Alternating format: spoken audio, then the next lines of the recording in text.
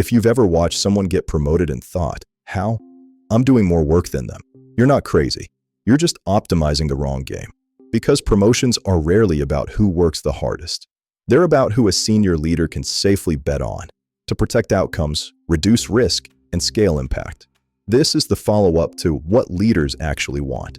And this time, we're going practical. How to get promoted without playing dirty politics. Not by schmoozing, not by backstabbing, but by building the signals leaders can't ignore. How to get promoted without politics. Let's define politics. Politics is when influence is used to create outcomes without merit, through manipulation, favoritism, or withholding information. What we're doing instead is leadership influence, clarity, trust, alignment, and results in the open. If you hate politics, good. Because the goal is not to win a popularity contest. The goal is to become the obvious choice. Step 1. Build a promotion thesis. Most people hope to be noticed.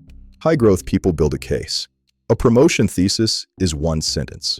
I am already operating at the next level because I consistently deliver X outcomes, with Y scope and Z impact.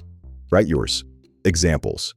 I lead cross-team launches that reduce risk and hit timelines. I take ambiguous problems, define the plan, and drive adoption. I turn customer pain into measurable product improvements. Now here's the key. Your thesis determines what work you accept. If a task doesn't strengthen the thesis, it's noise. Step 2.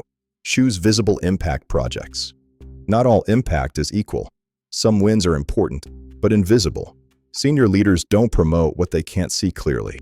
So you want projects with 3 traits: strategic relevance, tied to leadership priorities, cross-functional surface area, multiple stakeholders notice, measurable outcomes, speed, cost, revenue, risk, customer. This is not about chasing credit. It's about choosing work that naturally creates a paper trail of trust. Mini example: 2 people grind. One closes tickets. Another removes a bottleneck that cuts cycle time for 3 teams. Same effort, different leverage, different story. Step 3. Create executive-ready updates. Senior leaders have a time problem. If you want their confidence, speak their language. Every update should fit this structure. 1. Goal, what we're trying to achieve. 2. Status, green/yellow/red, no ambiguity. 3. What changed, new data, decisions, constraints. 4. Top risk, what could break. 5. Ask, decision needed or support required. 6. Next milestone, date plus deliverable. This single habit makes you feel senior because it signals judgment, ownership, and clarity. Here's the secret. You're not just reporting progress. You're showing that you think like the people above you. Step 4. Pre-wire decisions. A lot of politics is actually just unspoken process. Leaders don't like surprises in meetings, so decisions get shaped before the room. Pre-wiring means you talk to key stakeholders early, listen to concerns, incorporate feedback, and walk into the meeting with alignment. That's not manipulation. That's professionalism. If you skip this, you'll mistake resistance for sabotage. But most resistance is just, I wasn't included, so I don't trust it. Step 5. Build sponsorship, not friendship. You don't need a mentor. You need a sponsor. A mentor gives advice. A sponsor uses their credibility to advocate for you when you're not in the room. How do you earn sponsorship without begging for it? You become the person who makes their life easier. You deliver on hard problems. You communicate cleanly. You surface risks early. You protect timelines. You make them look competent by being competent. And then you ask the right way. I want to grow into the next level.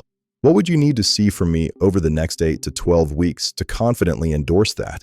That question forces clarity, and it turns vague ambition into a measurable plan. Step 6. Show next-level behaviors. Promotions usually don't reward potential. They reward proof. So act at the next level in small, undeniable ways. Solve the problem behind the problem. Close loops with stakeholders proactively. Document learnings so the team compounds. Make trade-offs explicit. If we choose speed, quality risk is X. Escalate early with options, not panic. The easiest way to get labeled senior is this. When something goes wrong, you don't freeze. You stabilize. You clarify. You move. Step 7. Avoid the silent killers. Even talented people get passed over for predictable reasons. Here are the silent killers. You're great, but inconsistent. You need frequent reminders. You're reactive, not proactive. You make problems louder instead of smaller. You win arguments, but lose alignment. Senior leaders don't promote volatility. They promote reliability. Because reliability scales, volatility doesn't. Step 8. Time it correctly. Here's the part nobody says out loud. Promotions are constrained by timing. Budget cycles, headcount, performance reviews, team needs. So if you want a promotion, you don't hint.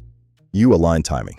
Say this: if the next promotion window is in X months, I'd like to agree on the scope and metrics now, so there are no surprises later. That's not politics. That's operating like an adult. If you want to get promoted without politics, here's the formula: impact that matters, communication that compresses, alignment that's proactive, sponsorship that's earned, and reliability that scales. You don't need tricks. You need signals. Because when senior leaders decide who moves up, they choose the person the business can safely bet on. If you want the next follow-up, tell me. Promotion scripts. And I'll write the exact phrases for updates, escalations, and promotion conversations.